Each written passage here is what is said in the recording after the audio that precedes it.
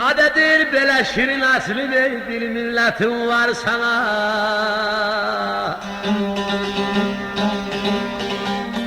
Sen beni bir bey vafamı sanır, dağlar baralı, menem yaralı, gezme karalı, ya derdin al.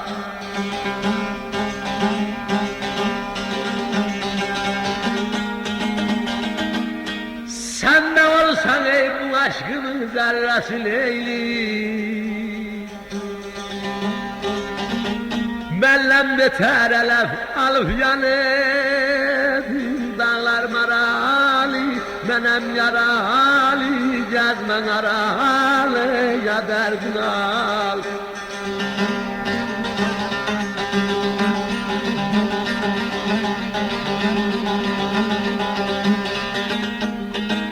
Burada aslı Kerem'e karşılık verir.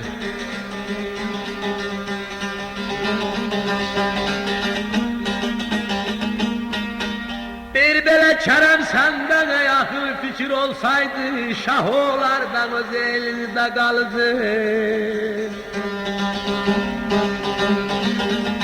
Uyumazdın ey bir keşişin fendine, gence güzelinle birini alır. Dağlar maralı, menem yaralı, gezmen aralı, ya derdin al.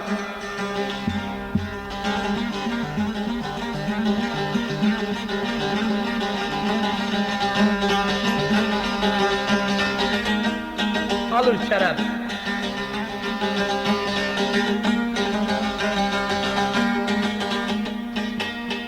Bizim yerden yattı yetmedi ayağa, inceldi bu kadın döndü boyağa.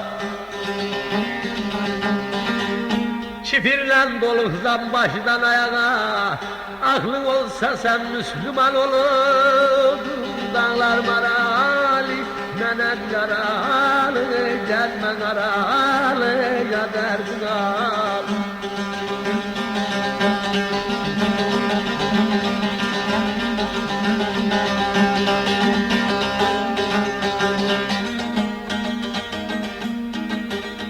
Alır aslı. Her yiğidin bir müney talih baktı, her güzel behlerimin ayzalın verdiğin ahdı. Şah olan terk etmez ey tadınan tahtı, sen şah olsan ver anında kalır. Dağlar maralı, menem yaralı, ya derdin al.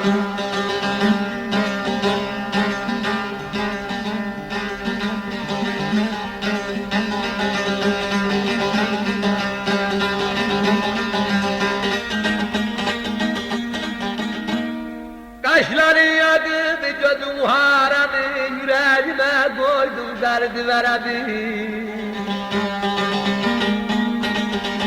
Beddua kılsaydı sana keredi, iflah etmezsen canında bulundum. Dağlar maralı, menem yaralı, ya derdin al.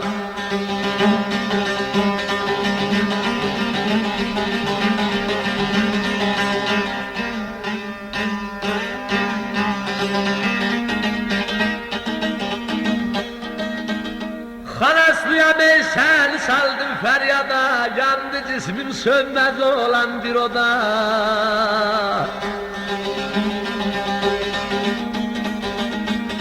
Beni sana yazsaydın ay zalim yaradan Huda, aman vermez İsfahan'dan alırdın. Dağlar maralı, menem yaralı, ya derdin al.